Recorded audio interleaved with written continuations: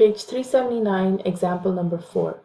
You'll notice in this example it says factor the following by removing the greatest common factor, which is nice of them to tell us to do that, but that's not what our questions will be doing. So only thing it will ever say is factorize to the lowest form or just factorize. So that means it's always up us to decide what method are we going to use. So that's why, remember, I have those steps. The first is GCF, the second, then you go by the number of terms, and then you decide.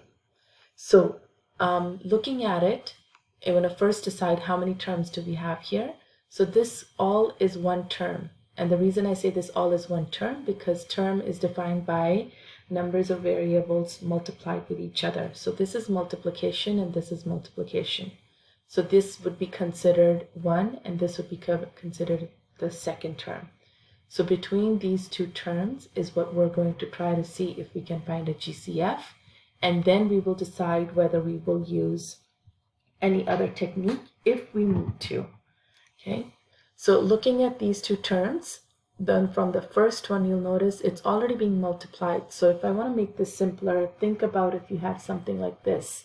If you had 5x times 9 minus 2 times 9, you can see that both of these are actually, they have a 9 there. Okay, so in this case you can divide out a 9 from both of them. Okay, so 9 is a common factor that can come out from both of these. Okay, now that's great, but we don't have simple 9. We have another factor that represents a number. So x minus 9 is also a number. We just don't know what that is, but that's a number.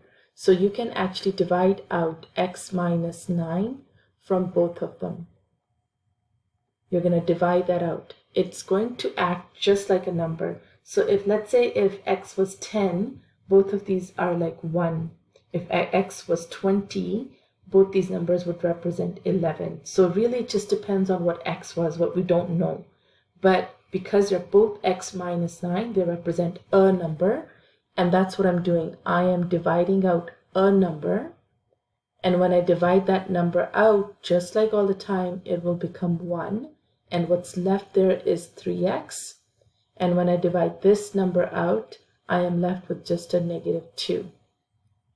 So this case, my GCF was this x minus 9, an expression that represents a number. And what I'm left with is this two terms polynomial, which is 3x minus 2. Now, because the only thing we can do with two terms is difference of squares, and this doesn't fit the conditions, this is my final answer. Okay. So again, take a look in part B. You'll notice they're writing it as product again. So this is one factor. This is one term. That's another term. They both have this bracket 2x plus 1, which represents a number that we don't know what it is, common. So my GCF is 2x plus 1. They divide out.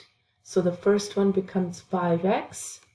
And the second one also divides out, and that becomes positive 7. And once again, this remaining polynomial, I cannot do any more factorization. So this is my final answer. You don't need to draw a line underneath. I'm just showing you that that's the entire final answer. Okay. All right, you can pause your video or you can keep watching again. So I'm going to divide out a 2x plus 1. This is something special in this example, so pay attention to this one. When you divide out this 2x plus 1 from the first one, you're left with 9x. But when you divide this out, there's no number in front of it. So you're actually left with just plus 1. Not anything, just plus 1. Same thing here. You'll divide out this factor right here. So that comes out. And you're left with 8 plus x. Okay,